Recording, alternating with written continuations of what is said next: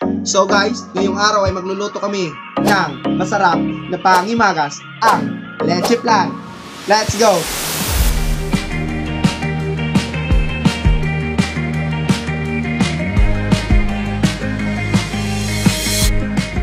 Ang una muna natin gagawin ay i-separate muna yung egg white tas egg yolk sa magkaibang lalagyan.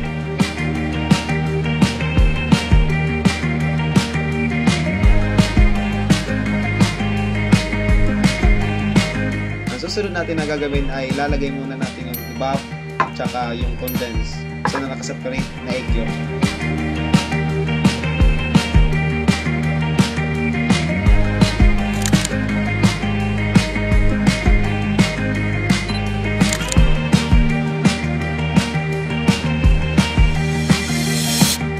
Ngayon, lalagyan muna natin ng puting asukal yung nyanyera.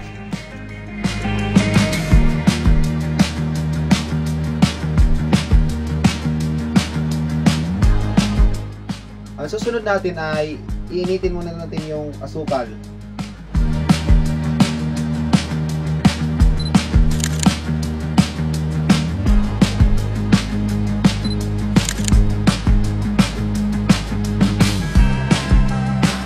Ang susunod natin na gagawin ay magpapakulo muna tayo ng tubig.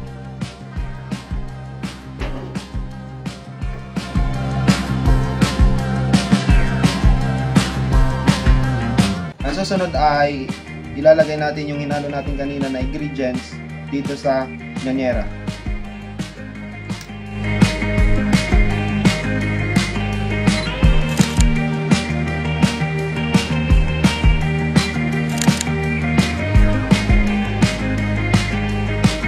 Ang susunod ay ilalagyan na natin ng foil yung nyanyera.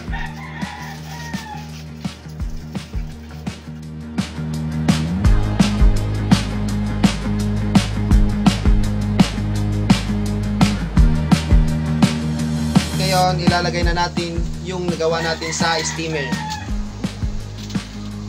At papakulaan natin ng 1 oras.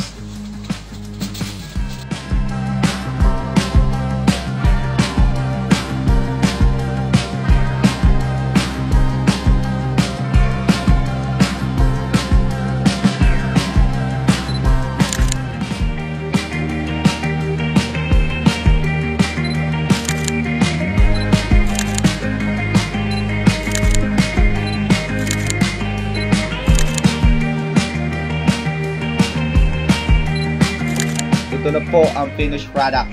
Bang!